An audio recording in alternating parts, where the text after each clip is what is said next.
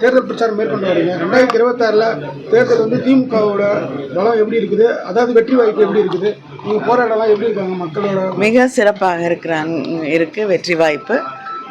மக்கள் வந்து நம்முடைய முதலமைச்சர் அண்ணன் தளபதி அவர்களுடைய 5 ஆண்டு சாதனைகளை உணர்ந்தவர்களாக இருக்காங்க.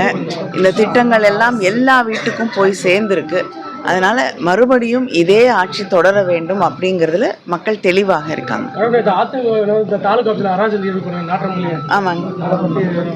இல்லை, தேர்தல் நேரத்திலேயே இந்த அளவுக்கு அராஜகத்தில் ஈடுபடக்கூடியவங்க தன்னை எதிர்த்து யாரும் ஒரு கம்ப்ளைண்ட் கூட கொடுக்கக்கூடாது அப்படின்னு அதை வந்து தேர்தல் அதிகாரிகிட்ட வாதாடி தன் பக்கத்தில் இருக்கக்கூடிய நியாயத்தை சொல்ல வேண்டும்.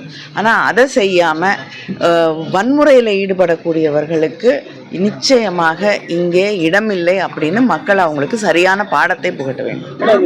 8000 ரூபாய் கொடுக்குற அந்த ஸ்கீம் பற்றி திமுக கமிஷன் கொடுப்பாங்கன்னு சொல்ற மாதிரி எதிர்கட்சியாக குற்றம் சாட்டுறாங்க. என்னங்க 8000 ரூபாய் ஸ்கீம் பொருள் வாங்கக்கூடிய திட்டத்தை கூப்பன் அது கூப்பன் வந்து கொடுத்தா திமுக கமிஷன் அடிச்சிடுவாங்க அப்படின்னு சொல்லி எதிர்கட்சியாக குற்றம் சாட்டியிருக்காரு. இல்லைங்க, வந்து எதிர்கட்சிகள் வந்து இப்பொழுது வந்து ஒரு இயலாமையில் இருக்காங்க. ஏன்னா அவங்களுக்கு தெரியும் வெற்றி வாய்ப்பு அவங்களுக்கு இல்லை அப்படின்னு. அதனால் எதை வேண்டுமென்றாலும் சொல்லலாம் அப்படிங்கிற ஒரு இடத்துக்கு வந்துட்டாங்க. கூப்பன் வந்து மக்களுக்கு கொடுக்க போகிறோம். அந்த கூப்பனுடைய தொகை வந்து 8000 ரூபாய். அவங்க விருப்பமான கடைக்கு போய் அந்த கூப்பனை கொடுத்து அவங்க வேணுங்கிற பொருட்களை வாங்கி கொள்ளலாம். இதில் வந்து அந்த 8000 ரூபாய் கூப்பன் கொடுக்கறதோட அரசாங்கத்தோடைய பணி முடிந்து விட்டது.